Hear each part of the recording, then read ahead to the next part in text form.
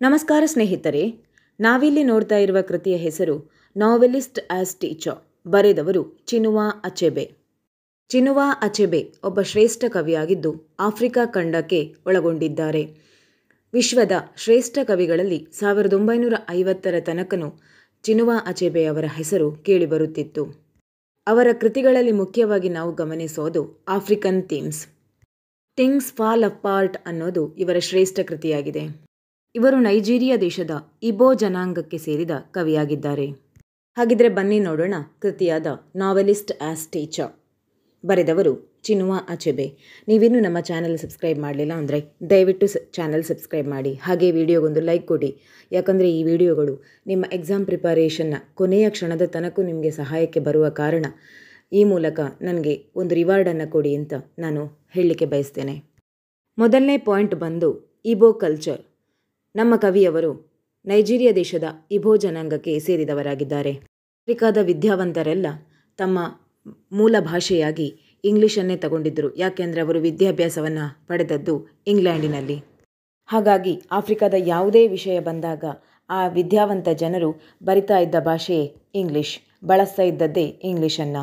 ಅದು ಏನೇ ಇರಲಿ, ಆಫ್ರಿಕಾಕ್ಕೆ ಸಂಬಂಧಪಟ್ಟ ಸಂಪ್ರದಾಯ ಇರಲಿ, ಅವರ ಟ್ರೆಡಿಷನ್ ಇರಲಿ, ಅಥವಾ ಅವರ ವ್ಯಾಲ್ಯೂಸ್, ಬಿಲೀವ್ಸ್ ಪ್ರತಿಯೊಂದರ ಕುರಿತಾಗಿ ಬರೆಯುವಾಗಲೂ ಅವರ ಲ್ಯಾಂಗ್ವೇಜ್ ಆಗಿದ್ದದ್ದು ಇಂಗ್ಲೀಷೇ. ಆಫ್ರಿಕಾದ ಜನರಾಗಿದ್ದುಕೊಂಡು ತಮ್ಮನ್ನು ತುಳಿದಂತಹ ಕೊಲೊನೈಸೇಷನ್ನ ಮೂಲಕ ನಮಗೆ ಸಫರಿಂಗ್ಸನ್ನು ಕೊಟ್ಟಂತಹ ಯುರೋಪಿಯನ್ ದೇಶಗಳ ಓಲೈಕೆ ಮಾಡುವಂತಹದ್ದು, ಅವರ ಇಂಗ್ಲೀಷನ್ನೇ ಫಾಲೋ ಮಾಡುವಂತಹದ್ದು ಅಚೆಬೆ ಅವರಿಗೆ ಇಷ್ಟ ಕಾಣ್ತಾ ಇರಲಿಲ್ಲ. ಅದಕ್ಕಾಗಿ ಅವರು ಹೇಳ್ತಾ ಇದ್ದರು, ಆಫ್ರಿಕಾದ ಫಿಸಿಕಲಿಟಿ ಆಫ್ರಿಕಾವಾಗಿದೆ, ಹಾಗೆ ಮೆಂಟಲಿ ಅವರು ಎಲ್ಲರೂ ಇಂಗ್ಲೀಷ್ ಪೀಪಲ್ ಆಗಿದ್ದಾರೆ. ಈ ಆಫ್ರಿಕಾದ ಎಜುಕೇಟೆಡ್ ಜನಗಳ ಡ್ರೆಸ್ ಕೋಡ್ ಏನಿತ್ತು ಅಥವಾ ವೇ ಆಫ್ ಲಿವಿಂಗ್ ಏನಿತ್ತು ಎಲ್ಲ ಆಫ್ರಿಕಾ, ಆದರೆ ಅವರು ಉಪಯೋಗಿಸ್ತಿದ್ದ ಭಾಷೆ ಮಾತ್ರ ಇಂಗ್ಲೀಷ್ ಆಗಿತ್ತು. ಸೊಸೈಟಿ ಒಬ್ಬ ರೈಟರ್ನಿಂದ ಏನನ್ನು ಎಕ್ಸ್ಪೆಕ್ಟ್ ಮಾಡ್ತದೆ? ಆಫ್ರಿಕಾ ದೇಶದಲ್ಲಿ ಬದುಕುವ ರೈಟರ್ಸ್ ಆ ಸೊಸೈಟಿಗೆ ಸಂಬಂಧಪಟ್ಟಂತೆ ಅಲ್ಲಿಯ ವಿಷಯಗಳನ್ನು ಬರಿಬೇಕು. ಆದರೆ ಆ ರೈಟರ್ಸ್ನ ತಲೆಯಲ್ಲಿ ಯಾವತ್ತೂ ಯೋಚನೆಗಳು ಬರುವಂತಹದ್ದು ಇಂಗ್ಲೀಷ್ ಪೀಪಲ್ಗಳ ಬಗ್ಗೆ, ಇಂಗ್ಲೀಷ್ ದೇಶದ ಅಂದರೆ ಇಂಗ್ಲೆಂಡಿನ ಬಗ್ಗೆ ಅಥವಾ ಯುರೋಪಿನ ಬಗ್ಗೆ, ಹಾಗೆಯೇ ಅಮೇರಿಕದ ಜನಗಳ ಬಗ್ಗೆ, ಅವರ ಬಗ್ಗೆಯೇ ಬರೀತಾರೆ. ಬಿಟ್ಟರೆ ನಮ್ಮ ಜನಗಳು, ನಮ್ಮ ಹಿಸ್ಟ್ರಿ ಅಥವಾ ನಮ್ಮ ಯೂನಿಟಿ, ನಮ್ಮ ನ್ಯಾಷನಾಲಿಟಿ ಅನ್ನೋದ ಕಾನ್ಸೆಪ್ಟನ್ನು ಆಫ್ರಿಕಾದ ಜನರು ಯಾವತ್ತೂ ಮಾಡಲೇ ಇಲ್ಲ ಅನ್ನೋದು ಅಚೆಬೆಯವರ ಕಮೆಂಟ್ ಆಗಿತ್ತು. ಅಚೆಬೆಯವರು ಮುಂದುವರಿದು ತನ್ನದೇ ಸ್ವಂತ ಎಕ್ಸಾಂಪಲನ್ನು ಕೊಡ್ತಾರೆ. ತಾನೇ ಬರೆದ ಶ್ರೇಷ್ಠ ಕೃತಿ ಥಿಂಗ್ಸ್ ಫಾಲ್ ಅಪಾರ್ಟ್ ನೈಜೀರಿಯಾದಲ್ಲಿ ಹೈಯೆಸ್ಟ್ ಸೇಲನ್ನು ಪಡೀತದೆ.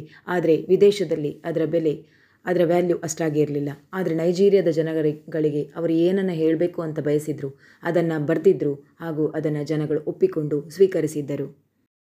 ಕವಿ ಮುಂದುವರಿತಾ ರೀಡರ್ಸ್ ರಿಯಾಕ್ಷನ್ ಇನ್ ನೈಜೀರಿಯಾ ಅನ್ನುವ ಕಾನ್ಸೆಪ್ಟ್ನ ಕುರಿತು ಹೇಳ್ತಾರೆ. ನೈಜೀರಿಯಾದ ರೀಡರ್ಸ್ ಹೇಗಿದ್ದರು?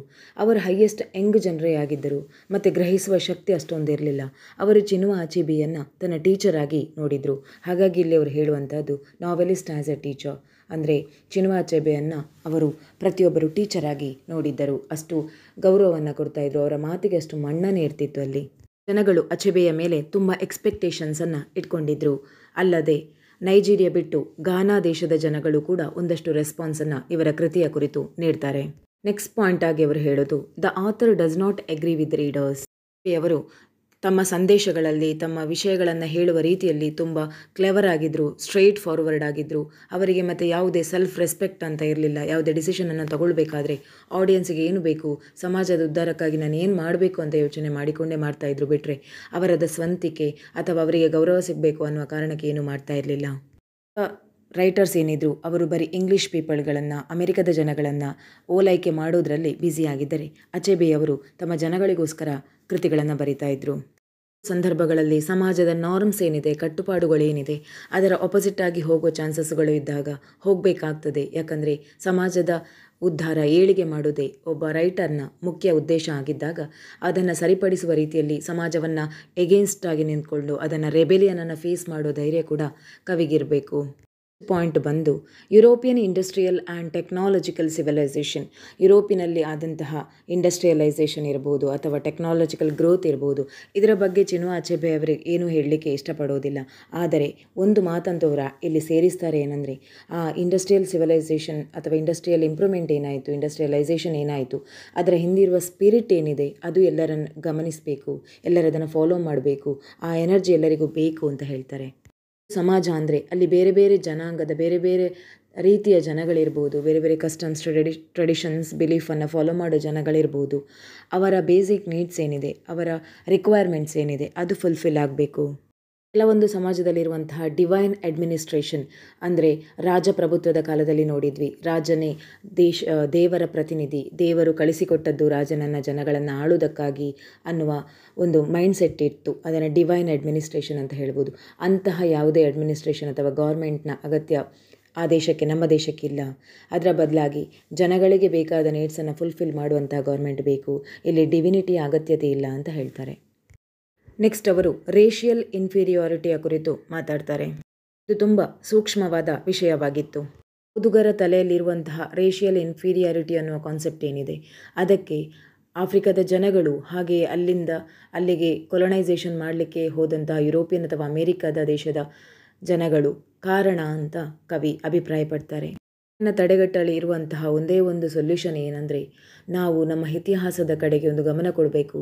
ನಾವು ಅದನ್ನು ಕರೆಕ್ಟಾಗಿ ಸ್ಟಡಿ ಮಾಡಬೇಕು. ನಾವು ಮಾಡಿದ ಮಿಸ್ಟೇಕ್ ಏನು ಅನ್ನೋದನ್ನು ಕರೆಕ್ಟಾಗಿ ಅರ್ಥ ಮಾಡಿಕೊಂಡು ಆ ಮಿಸ್ಟೇಕನ್ನು ಸರಿ ಮಾಡೋ ಪ್ರಯತ್ನವನ್ನು ಕಂಟಿನ್ಯೂಸ್ ಆಗಿ ಮಾಡ್ತಾ ಇರಬೇಕು ಅಂತ ಕವಿ ಹೇಳ್ತಾರೆ. ಈ ಕೃತಿ ತುಂಬ ಲೆಂದಿಯಾಗಿದ್ದು ಇನ್ನೊಂದಷ್ಟು ಪಾಯಿಂಟ್ಗಳನ್ನು ಒಳಗೊಂಡಿದೆ. ಅದನ್ನೆಲ್ಲವನ್ನು ಸೇರಿಸ್ತಾ ಹೋದರೆ ಈ ವಿಡಿಯೋ ತುಂಬ ಲಾಂಗ್ ಆಗ್ತದೆ. ಹಾಗಾಗಿ ಪಾರ್ಟ್ 2 ಸಾಧ್ಯ ಆದರೆ ಮಾಡ್ತೇನೆ. ನಿಮಗೆ ಇಷ್ಟ ಆದರೆ, ಬೇಕು ಅಂತಾದರೆ ಕಮೆಂಟ್ ಸೆಕ್ಷನಲ್ಲಿ ಬರೆದು ತಿಳಿಸಿ. ಹಾಗೆ ನನ್ನ ಪರಿಶ್ರಮಕ್ಕೆ ನಿಮ್ಮ ರಿವಾರ್ಡ್ ಆಗಿ ಚಾನಲ್ನ ಸಬ್ಸ್ಕ್ರೈಬ್ ಮಾಡಿ, ಹಾಗೆ ವಿಡಿಯೋ ಲೈಕ್ ಮಾಡೋದನ್ನು ಮರಿಬೇಡಿ. ಧನ್ಯವಾದಗಳು.